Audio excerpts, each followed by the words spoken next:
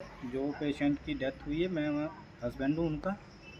मैं सुबह 9:45 पे यहाँ पे एंटर हुआ, अपनी वाइफ को लेके आया था, बिल्कुल स्वस्थ हालत में थी।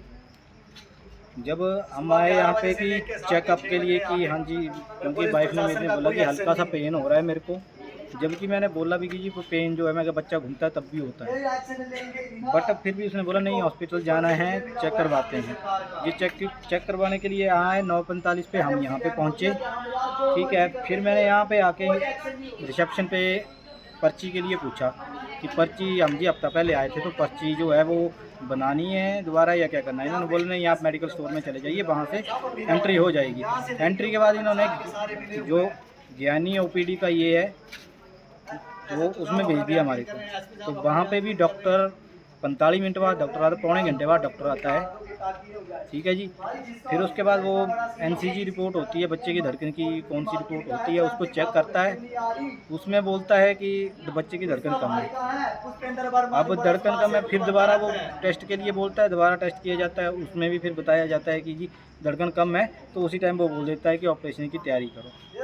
ठीक है जी। ऑपरेशन की तैयारी के लिए किया, इन्होंने मेरे को सामान लाने भेज दिया नीचे मेडिकल स्टोर में। मैं मेडिकल स्टोर में सामान लेने आया, जब तक मैं ऊपर मेडिकल स्टोर से सामान लेके ऊपर पहुंचा, इन्होंने पेशेंट को ऑपरेशन थिएटर के अंदर डाल दिया। ठीक है जी। और उसके बाद जब जितने पौने घंटे ऑपरेशन चला है, इन्होंने उस दौरान मेरे को कमरा भी अलॉट किया कि हाँ जी इस कमरे में आप ये रहेंगे। ठीक है जी। उसके बाद जब ऑपरेशन पौने घंटे चला तो 12:03 पे 2 नर्सें बच्चा लेके बाहर आईं, ऊपर ले गई 3rd फ्लोर पे। ना उन्होंने किसी ने मेरे को ये बताया तब कि हाँ जी लड़का हुआ लड़की हुई क्या हुआ।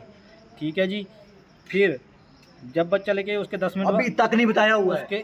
उसके 10 मिनट बाद डॉक्टर बाहर आता है, ऐसे हाथ रख के कि जी पेशेंट की हालत थोड़ी ख़राब है। ऐसा ख़राब भी नहीं बोला, थोड़ी ख़राब है, हम कोशिश कर रहे हैं, क्योंकि जो बच्चे के लिए पानी होता है पेट में वो हार्ट में चला गया है।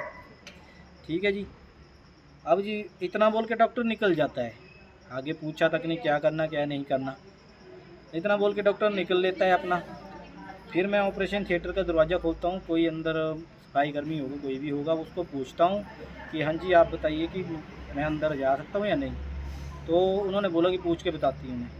अब पूछने के लिए मैं इंतज़ार करता रहा बाहर, लेकिन कोई रिस्पांस नहीं आया कि नहीं आपको अंदर आना है नहीं आना। ठीक उसके 15-20 मिनट बाद मेरे को अंदर बुलाया जाता है। अब ऑपरेशन थिएटर के 2 पार्ट हैं अंदर, जिसमें ऑपरेशन होता है और एक मेन डोर। अब जब मैं मेन डोर से अंदर पहुंचा और जो अंदर वाले डोर के पास में पहुंचा, तो डॉक्टर ने दूर से ही मेरे को इशारा कर दिया कि नहीं रहे, और जब पास पहुंचता हूं तो बोलता है कि नहीं रहे। ठीक है जी।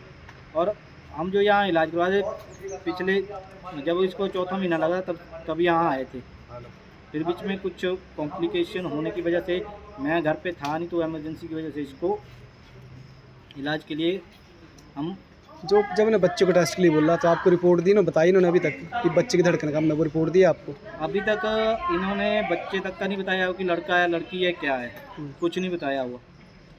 ऊपर से ये कर रहे हैं कि हाँ जी हमने बताया हुआ है, लेकिन किसी ने कोई नहीं बताया कि लड़का है लड़की है। मेरे बड़े भाई यहाँ पे मेरी भाभी को लेके आए थे जो प्रेग्नेंट थे, उनका डिलीवरी का लास्ट मंथ था, तो एक बार चेक करवाने आए थे वो यहाँ पे। अभी 4 दिन पहले यहाँ पे चेक करवा के गए हुए थे, और 4 दिन उन्होंने बोला था कि बाद में चेक कर लेंगे। तो जो पिछले 4 दिन उन्होंने 4 दिन पहले कुछ भी नहीं बोला, सब ओके है बोला, सब ठीक ठाक है, बच्चा भी ठीक है और माँ भी ठीक है। अभी 4 दिन बाद उन्होंने चेक करवाने के लिए बोला, तो उन्होंने बोला कि अब बच्चे की धड़कन कम है, ये चीज़ हो रही है, एकदम से इमरजेंसी ऑपरेशन करना पड़ेगा एकदम से। वो बिना पूछे बिना ये से जल्दी मैं ऑपरेशन के लिए ले गए, लेके चले गए। एक ऑपरेशन का प्रोसीजर होता है, मैं डॉक्टर नहीं हूँ पर मेरे को हॉस्पिटल का इतना पता है कि जब किसी का ऑपरेशन होता है तो कोई लेडीज़ हो जेंट्स हो, उसकी चूड़ियाँ निकाल दी जाती हैं, उसके गहने तक निकाल दिए जाते हैं। यहाँ पे ये जो हॉस्पिटल है, ये क्रांति ठाकुर जो कि बहन है डॉक्टर पुष्पेंद्र वर्मा की, उनका हॉस्पिटल है। और इस हॉस्पिटल में, उसके बाद मैं बता देता हूँ अगली बात, उन्होंने ऑपरेशन किया, उन्होंने जो मेरे भाई हैं तो उनसे पूछा नहीं गया, जिसकी डेथ हुई है उसके पति से पूछा तक नहीं गया कि हम बच्चे को बचाएं कि क्रिटिकल, 10 मिनट पहले बोलते हैं क्रिटिकल कंडीशन है, उसके 10 मिनट बाद बोलते हैं कि डेथ होगी। उन्होंने ये नहीं पूछा कि अब हम माँ को बचाएं कि बच्चे को बचाएं। डेथ होने के बाद हमने उनसे पूछा कि क्या इशूज रहे, क्या बातें थी, उनकी तरफ से कोई जवाब नहीं आया। सारे के सारे डॉक्टर, 3 डॉक्टर, बाकी जो अटेंडेंट वगैरह थे सारे के सारे यहाँ से गायब हो गए। देन उसके बाद हमने पुलिस को कोई फ़ोन नहीं किया। आप इनकी गेम देखना जो एक राजनीति की पे चली हुई है। हमने किसी को कोई फ़ोन नहीं किया। SHO साहब आते हैं, SHO साहब ऊपर यहाँ से आपको पता होगा हमीरपुर आस्था हॉस्पिटल से 200 मीटर ऊपर नेशनल हाईवे है। नेशनल हाईवे में 1 मिनट में 70 गाड़ियाँ निकल जाती हैं और आवाज़ कितनी होती है। तो SHO साहब झूठ बोलते हैं हमीरपुर SHO साहब कि मेरे को ऊपर आवाज़ आ रही थी चिल्लाने की। आपको लगता है कि ऊपर आवाज़ आ जाएगी? सिर्फ सिंगल लेडी की आवाज़ थी, सिंगल लेडी की। कितनी गाड़ियों में सिंगल लेडी की आवाज़ नहीं पहुंच जाती। पहला झूठ SHO हमीरपुर का।